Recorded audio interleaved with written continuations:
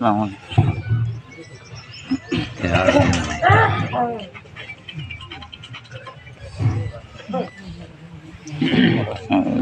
السلام علیکم ورحمۃ اللہ وبرکاتہ۔ نحمده ونصلي على رسوله الكريم، أما بعد فأعوذ بالله من الشيطان الرجيم، بسم الله الرحمن الرحيم۔ يا أيها الذين آمنوا لا تلهكم أموالكم ولا أولادكم عن ذكر الله، صدق الله مولانا العظيم وصدق رسول النبي الأمين المكين المدني الكريم، ونحن على ذلك لمن الشاهدين والشاكرين والذاكرين والحمد لله رب العالمين۔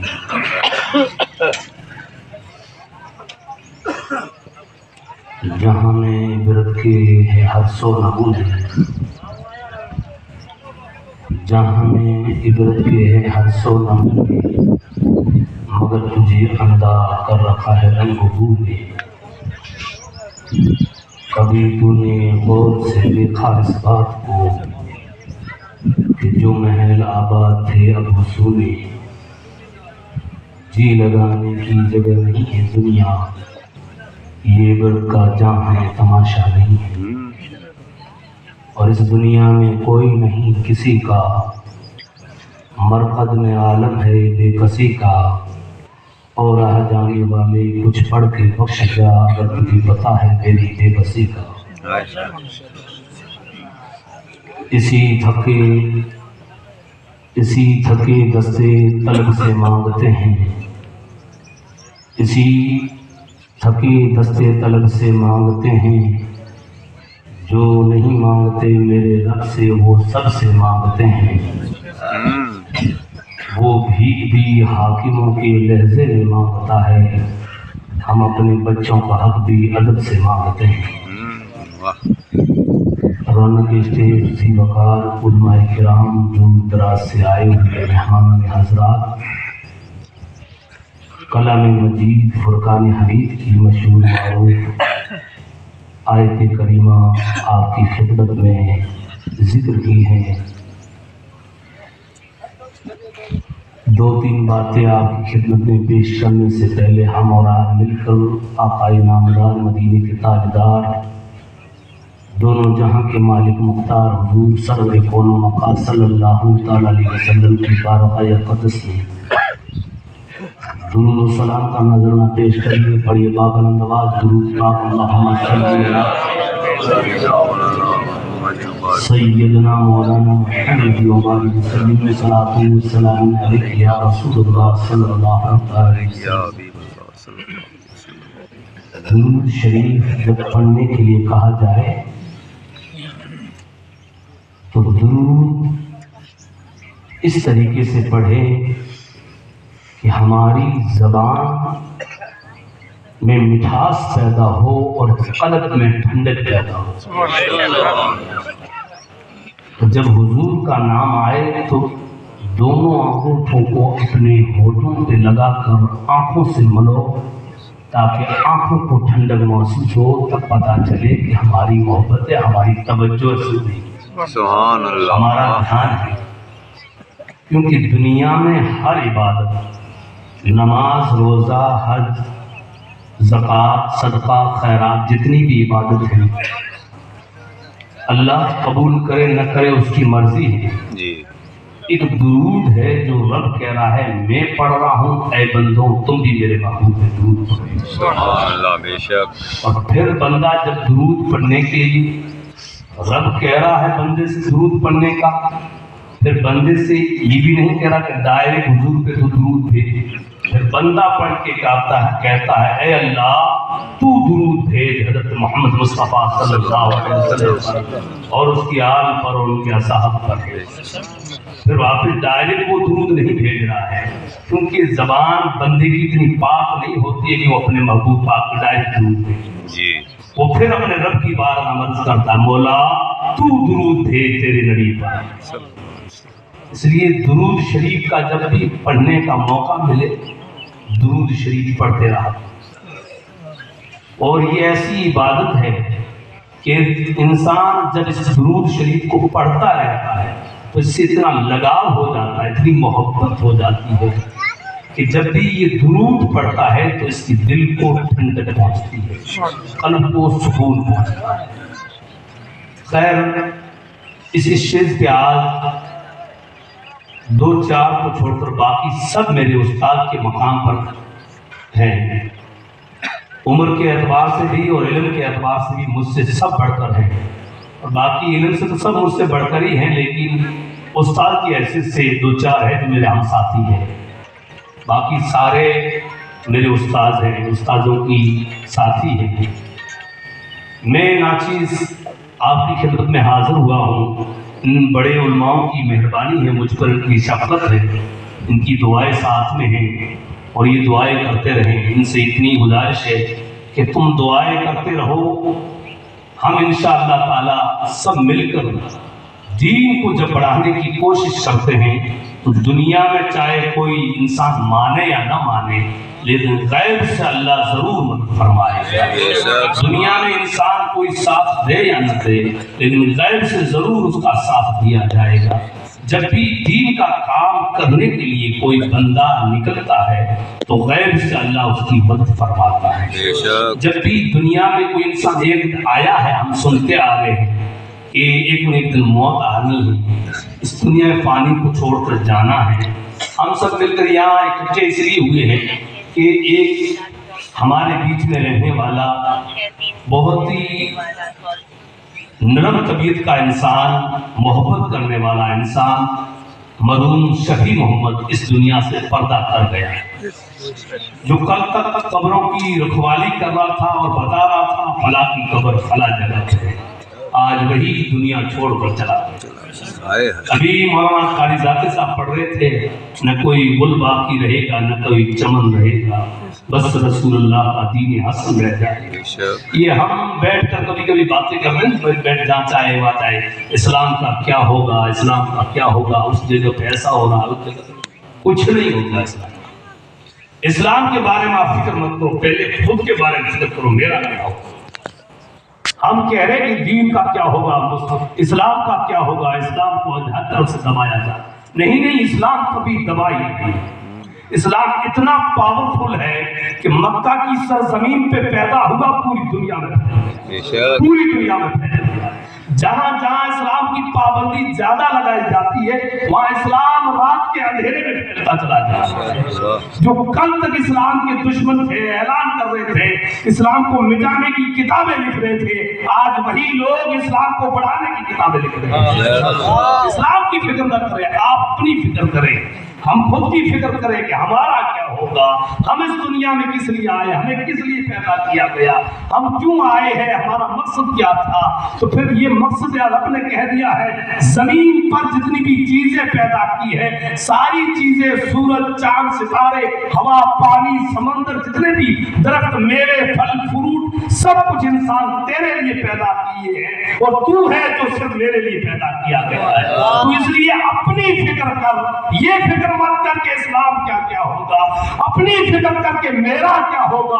اس دنیا میں تو چند دن مجھے رہنا ہے، چند دن تک مجھے کھانا ہے، چند دن پینا ہے، یہ دنیا چھوڑ کر مجھے ایک سفر کر کے ایک اور دنیا میں جانا ہے۔ اس دنیا میں میرے ساتھ کوئی نہیں ہے۔ انسان دنیا میں جب آتا ہے اس کے تین دوست ہوتے ہیں، دنیا میں جب وہ دوست بناتا ہے، ایک وہ دوست ہے جو کہتا ہے جب تک تو زندہ ہے میں تیرے ساتھ ہوں، ایک وہ دوست ہے کہ جب تو مر جائے گا تیری قبر تک میں ساتھ میں ہوں، تیسرا وہ دوست ہے کہ قیامت کے دن بھی محبت سے میں تیرا ساتھ دوں گا۔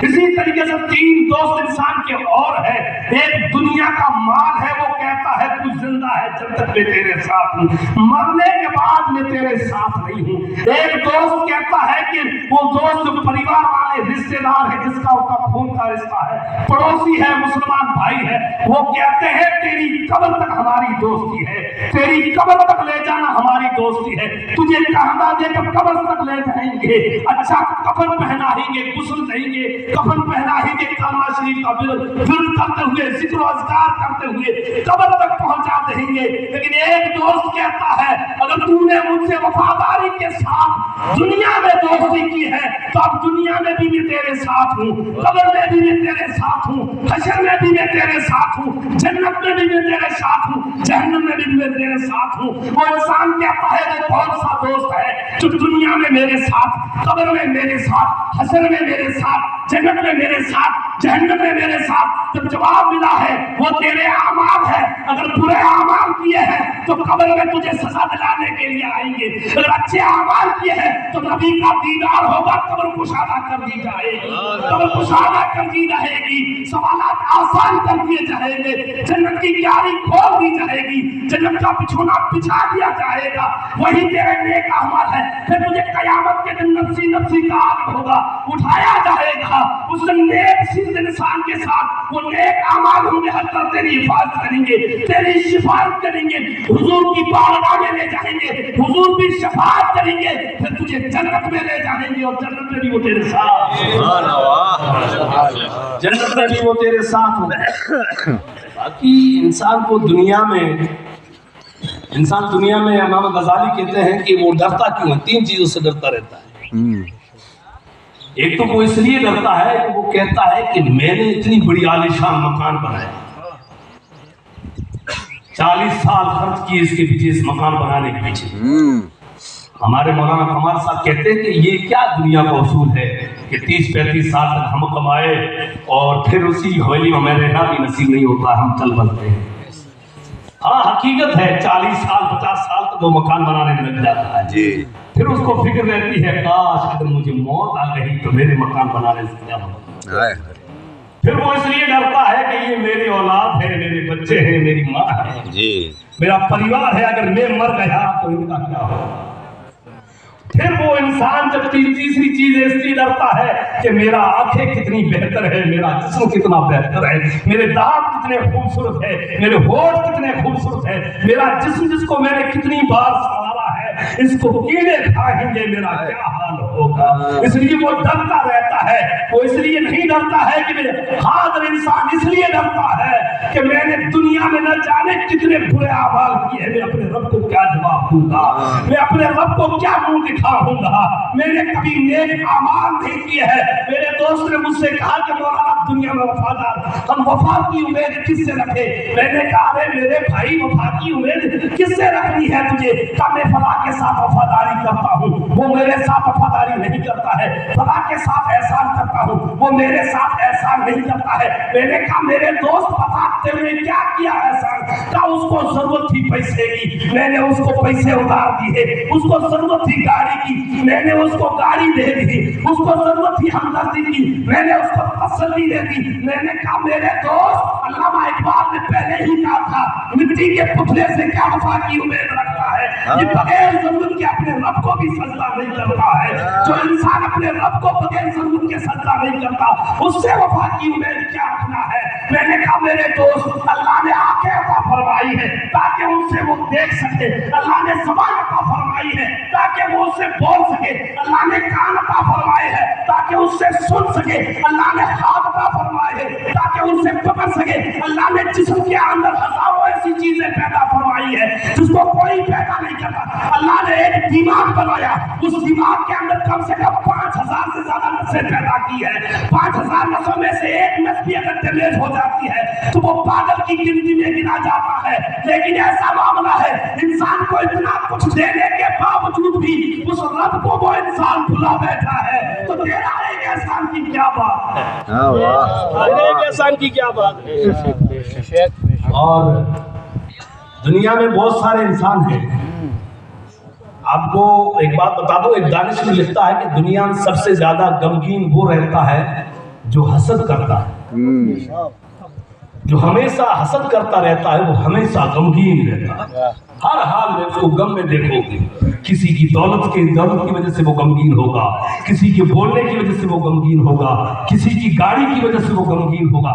حسد کرنے والا کبھی خوش نہیں رہتا، اور سب سے زیادہ دنیا میں پریشان رہنے والا